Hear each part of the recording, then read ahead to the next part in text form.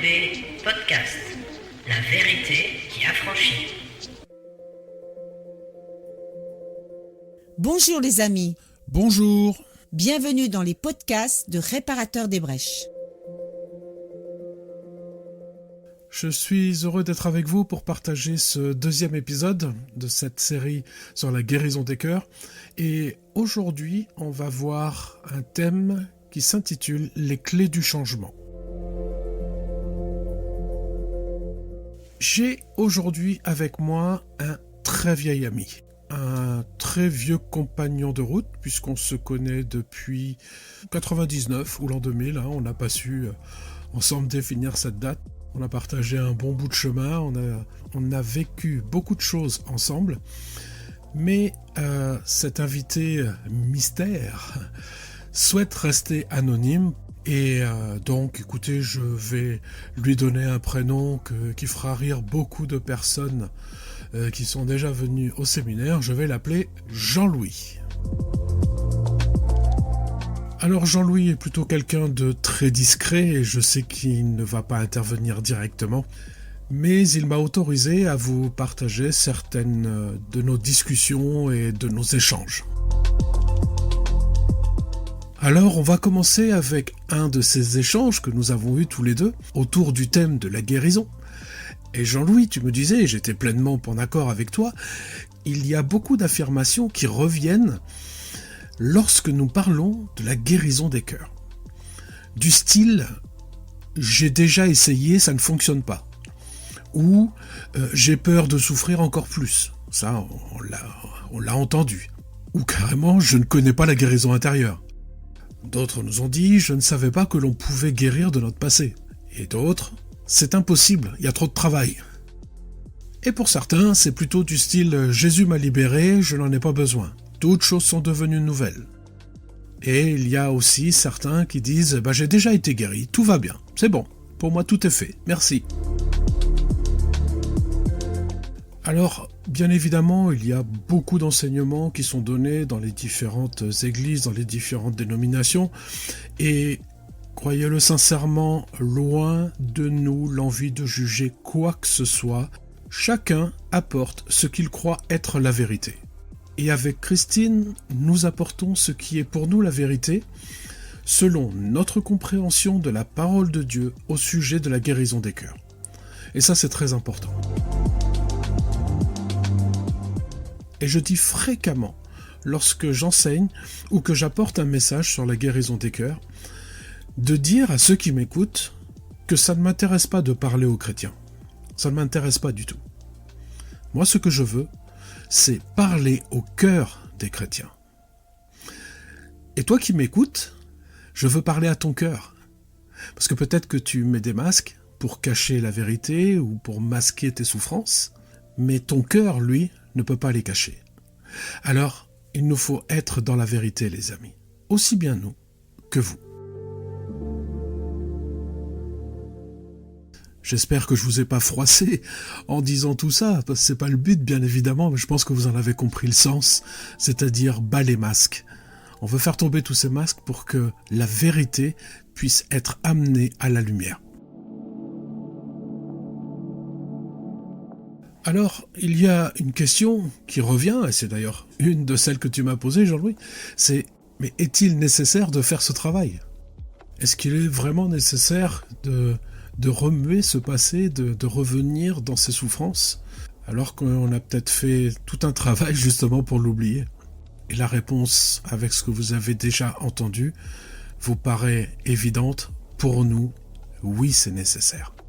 Et tout ce que nous allons voir durant ces podcasts, j'espère qu'ils vous prouveront que oui, c'est nécessaire que de se retourner sur son passé pour en être affranchi, pour en être libéré. Il y a une chose qu'il faut comprendre, c'est que ce travail de guérison est un chemin. Et c'est bien loin d'être un long fleuve tranquille. C'est un véritable combat spirituel. On en a déjà parlé précédemment. C'est un combat entre le Saint-Esprit et ton âme. Avec tes blessures, tes souffrances, ton caractère, enfin toutes ces choses que l'on a parlé précédemment. Mais aussi, et premièrement, avec ton ego. Il y a une vérité biblique que tout le monde connaît, que l'on a déjà entendue, que vous avez déjà entendue. C'est que Dieu résiste aux orgueilleux, mais qu'il fait grâce aux humbles. Et à chaque fois qu'on s'oppose à ce travail de guérison, on laisse parler notre ego, on laisse parler notre âme dans son ego, et forcément, on résiste au Seigneur. Et forcément, on résiste au Saint-Esprit, et comme on l'a dit, Dieu résiste lui aussi aux orgueilleux. Alors les amis, il va falloir apprendre à être humble pour marcher dans ce chemin de guérison, parce que c'est un combat. Je vous l'ai dit, le titre de ce podcast, c'est « Les clés du changement ». Alors, je vais détailler ces clés du changement en 4 points. Le premier, ça va être accepter de l'aide. Le deuxième, être humble. Le troisième, rechercher la vérité. Et le quatrième point, marcher par et avec l'esprit. Alors, le premier point, c'est accepter de l'aide. Je suis convaincu qu'on a tous déjà reçu des guérisons et qu'on a tous vécu des guérisons. Et certainement que pour la plupart, vous n'avez pas eu à faire grand-chose, si ce n'est prier, bien évidemment, et recevoir cette guérison. Et ça, c'est la manifestation de la grâce de Dieu dans nos vies.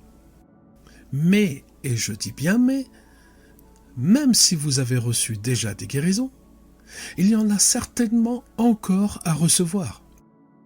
Vous savez, c'est ces guérisons qui sont beaucoup plus difficiles à atteindre. Celles qui sont beaucoup plus profondes, qui ont semé beaucoup plus de choses en nous, que ce soit dans la souffrance, dans notre caractère et donc dans notre comportement. Et là, tu ne vas pas avoir le choix que de demander de l'aide. Tu vas certainement avoir besoin que quelqu'un vienne t'aider, pour t'écouter, pour t'accompagner, pour prier, peut-être pour te conseiller. Et là, tu vas devoir te tourner, mais surtout pas vers n'importe qui. Tu dois être très prudent, et il faut être très prudent, les amis, surtout quand on parle de l'âme. Alors, il va falloir que tu demandes au Saint-Esprit qu'il t'oriente vers une personne qualifiée, et surtout une personne où tu auras confiance. Tu pourras lui parler. Et ça, c'est une marque d'humilité. Ce qui m'amène naturellement au deuxième point, être humble. Alors, comme vous vous en doutez, être humble, c'est loin d'être le plus facile. Le premier point, c'est qu'il va falloir reconnaître que le problème ne vient pas toujours des autres. Il va falloir que tu regardes un petit peu plus ton cœur, ton comportement, ton caractère, et que tu reconnaisses que tu as un problème. Et donc, qu'il va falloir changer. Ce qui m'amène au deuxième point. C'est désirer une transformation personnelle. Et j'insiste bien sur le mot « désirer ». Quand tu as compris que tu as un souci, que tu as des blessures, que tu as des problèmes dans ton caractère, que tu n'es pas que la victime, même si dans plusieurs occasions tu as été la victime, mais tu n'es pas toujours la victime. Alors, il est bon que de reconnaître ce problème et de désirer une transformation en profondeur de ton âme. Ensuite, il y a l'autre point, qui est d'accepter de changer. Rappelle-toi quand j'ai parlé de la cage. J'ai dit que nous étions à l'intérieur et que à l'intérieur, on était dans notre zone de confort et qu'on avait peur d'aller à l'extérieur, même si Christ nous a ouvert la porte et qu'il est à l'extérieur et qu'il nous appelle pour le rejoindre sur des eaux qui peuvent nous paraître tumultueuses. Mais là, eh bien, on a peur parce qu'on ne sait pas du tout comment on va se comporter à l'extérieur. Donc tu dois accepter de changer. Et puis ce dernier point, dans être humble, et celui-là, je pense que tu vas pas l'aimer, il sera certainement nécessaire que tu passes par la confession. Oh, je t'entends déjà. Je suis sûr que tu es en train de me dire... Ouais. Je regarde Jean-Louis qui me fait les gros yeux. Oui, mais... Si, la confession. Tu sais, pas seulement la confession devant Dieu. Mais comme le dit la parole dans Jacques, c'est la confession devant les hommes. Parce que peut-être qu'il y a des choses qui sont bloquées parce que tu n'as pas confessé ton péché devant les hommes. Et vous savez, il y a beaucoup des entretiens que nous faisons avec des personnes qui viennent parce qu'ils ont des blessures pour trouver une guérison, qui finissent par confesser des choses qu'ils n'avaient pas dit aux hommes. Il y a certaines situations, mes amis, qui nécessitent que tu passes par la confession devant les hommes, parce que seule la confession devant Dieu ne suffit pas. Alors bien évidemment, je sais que c'est un sujet qui intéresse et je vais vous laisser sur votre faim. Mais je vous promets qu'il y aura un podcast dédié spécialement à la confession. C'est très important. Voilà les amis, c'est la fin de ce podcast. C'était la première partie sur le thème des clés du changement. J'espère que ça vous a intéressé et que ça vous donne envie d'écouter la suite. Je vous laisse dans la réflexion, je vous dis à très bientôt. Salut Jean-Louis, merci pour ta présence. Je vous embrasse dans la tendresse de notre Seigneur Jésus-Christ avec tout mon amour. À très bientôt. N'oubliez pas que vous pouvez retrouver le texte intégral de ce podcast dans notre site internet www.réparateurdesbrèches, tout en minuscules, tout attaché et tout au pluriel, .fr. Vous pouvez nous adresser vos questions à réparateurdesbrèches, tout en minuscules, tout attaché et tout au pluriel, @gmail.com.